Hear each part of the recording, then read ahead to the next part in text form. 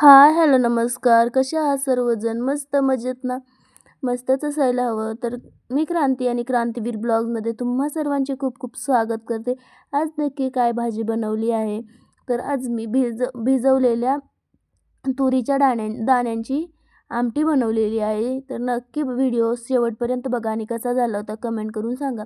तर त्यासाठी कढईमध्ये तेल टाकायचं. तेल छान गरम होऊ द्यायचं आणि मग त्यामध्ये घालायची आहे मोहरी. आणि मोहरी छान तडतडली की मग त्यामध्ये घालायचे थोडेसे जिरे. अर्धा चमचा जिरे घालायचे आणि जिरे छान फुलले की मग घालायचं आहे लसूण. आणि लसूण ब्राऊन रंगावर आपल्याला परतायचं आहे. पण अगोदरच ब्राऊन रंगावर परतला तर कांदा परतेपर्यंत तो करपून जाईल.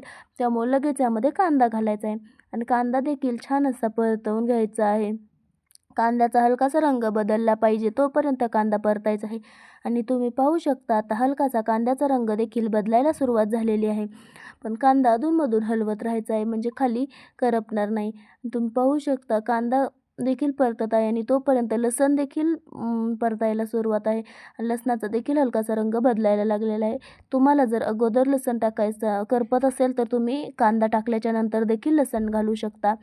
तसंही काही प्रॉब्लेम नाही. आणि आत्ता आपण घालणार आहोत सुके मसाले. तर त्यासाठी अर्धा चमचा हळद, अर्धा चमचा धने पावडर, अर्धा चमचा गरम मसाला, थोडासा कांदा लसूण मसाला आणि 1 चमचा लाल मिरची पावडर आणि 1 चमचा घरगुती काळा मसाला देखील यामध्ये घालायचा आहे. तुम्हाला एक्स्ट्रा दोनदा मसाला कुठला टाकला तर असं काही नाही आहे.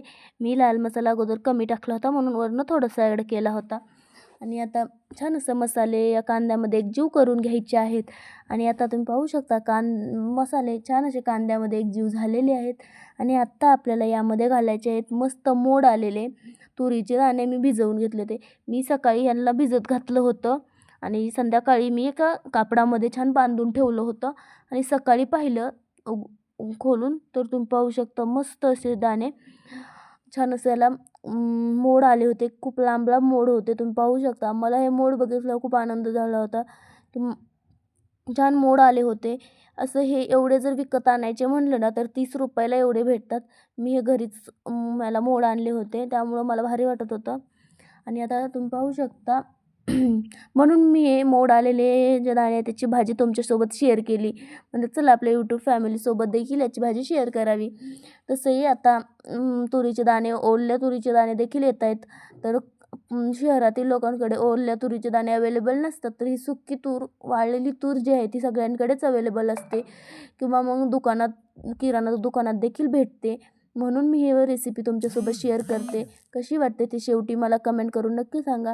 आणि आता छान असं कांद्यामध्ये, मसाल्यामध्ये हे तुरीचे दाणे जे आहेत ते छान असे मी एकजीव करून घेतलेले आहे. तुम्ही पाहू शकता याला तेल देखील छान सुटत आहे. तेल देखील सुटायला सुरुवात झालेली आहे. आता मी यामध्ये थोडंसं मीठ घालून घेते. 1 चमचा मीठ मी यामध्ये घातलेलं आहे. आणि छान असं मिठाला पाणी सुटलं आहे आणि छान तेल देखील याला सुटलं आहे. आणि आता हे तेल जे आहे ते छान सुटलेलं आहे. त्यामुळं आता 2 मिनिट अजून असं छान अशी ही तूर जी आहे ती परतवून घ्यायची आहे. आणि आता छान अशी तूर परतत आहे. पाहू शकता. माझे व्हिडिओ जास्त लाँग नसतात. कधीतरी माझा व्हिडिओ 10 मिनिटापेक्षा जास्त असतो. शक्यतो माझे व्हिडिओ 7 मिनिटाच्या आतलेच असतात. 7-8 मिनिट, कधी तर 5 मिनिट, पावणे 5 मिनिट असेच माझे व्हिडिओ असतात. मी जास्त लाँग व्हिडिओ बनवत नाही. कारण मलाही माहिती आहे तुमच्याकडे एवढा वेळ नसतो व्हिडिओ मोठे पाहण्यासाठी. म्हणून मी व्हिडिओ जास्त मोठे नाही बनवत. जेवढं होता होईल एवढं कमी टाईममध्ये व्हिडिओ रेसिपीज बनवण्याचा मी प्रयत्न करत असते. आणि नवीन शिकणाऱ्यांसाठी तर अतिशय उपयुक्त अशा माझ्या रेसिपी असतात. नवीन शिकणारे अगदी माझी एकदा रेसिपी जर पाहिली तर ते देखील बनवू शकतील अशा रेसिपी माझ्या असतात. आता यामध्ये पाणी घालायचं आहे आणि लगेच वरनं बारीक चिरलेली कोथिंबीर देखील घालायची आहे. आणि छान अशी भाजी मीडियम गॅसवर उकळून द्यायची आहे. आणि तुम्ही म्हणाल भाजीला आमच्या तरी येत नाही, का येत नाही? तर काय करायचं, जास्त गॅस हाय नाही ठेवायचा. माझ्याकडून जेव्हा गॅस हाय राहतो तेव्हा भाजी खूप जास्त उकळली जाते आणि भाजी जास्त उकळली की मग भाजीला तरी येत नाही. त्यामुळे भाजी जास्त उकळू द्यायची नाही. म्हणजे उकळू द्यायची, खूप खळखळ उकळी येऊ द्यायची, पण ती कमी गॅसवर येऊ द्यायची, हाय गॅसवर नाही येऊ द्यायची. आणि आता यामध्ये घालायचा आहे बारीक शेंगदाण्याचा कूट. आणि आपली भाजी परफेक्ट झालेली आहे. आता फक्त भाजीला कड यायचा बाकी आहे, म्हणजे भाजीला उकळी यायची बाकी आहे. आणि आता भाजीला उकळी येणारच आहे. तोपर्यंत तुम्ही नवीन असाल तर आपल्या चॅनलला नक्की जॉईन करा.